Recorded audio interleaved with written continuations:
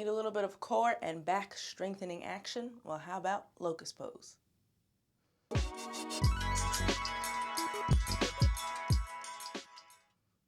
Dr. Marcia of Move with Marcia, and let's get on the floor, bed, maybe even the couch to work on Locust Pose.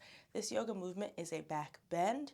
You might choose it when you want to expand the chest, strengthen that upper back, engage those core muscles, and you could also get some glutes, quads, and lower body action depending on the options that you choose. So let's get to it. First things first is laying on the belly. When it comes to laying on the belly, there are a couple of areas that could be causing discomfort. Could be the bosoms, could be the belly, could be the knees, could be the ankles. So if you're feeling like you're way too smushed and uncomfortable, play around with a pillow. If you have an extra random cushion from an IKEA chair you don't use, bolsters, anything soft, roll up some towels, roll up blankets, and see if you could fill up spaces and move things around to feel more comfortable. So for me, feeling more comfortable means putting a pad right under my belly. For you, it might mean putting it right under the bosom so you're not smushed, right? Or it might mean taking a bolster and putting it at the ankles because you feel really uncomfortable with your feet. Can't see my feet. With the feet hanging out that way, right? So only you can figure out what feels good for you. So figure that out, get your setup.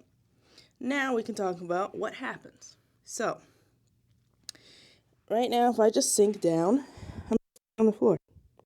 If I want to work that back bend, I'm going to away from the floor and lift up. And this could be my locust pose with hands here. My neck muscles are firing, engaged, the chin is tucked. Or I could start to work my hands back towards my butt.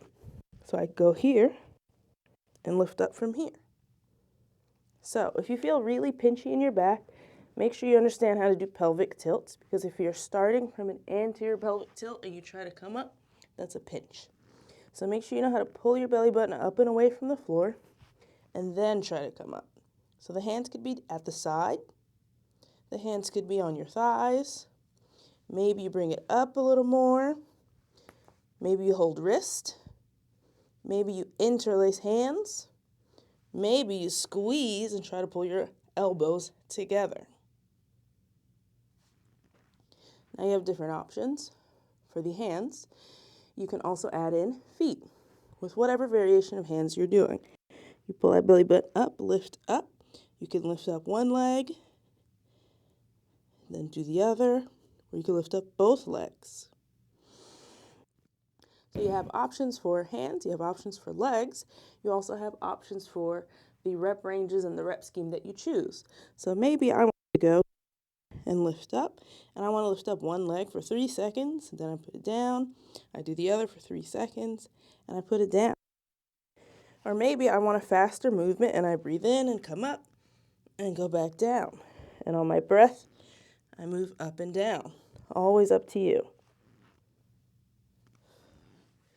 Those are a couple of options that you could play around with when it comes to locust pose. Again, whether you're on the floor or on the bed, make sure you have lots of soft things that you could roll up and play around with positioning, whether it's at your ankles, under your belly, right under your chest line, whatever you need to get comfortable. Then from there, play around with arms first.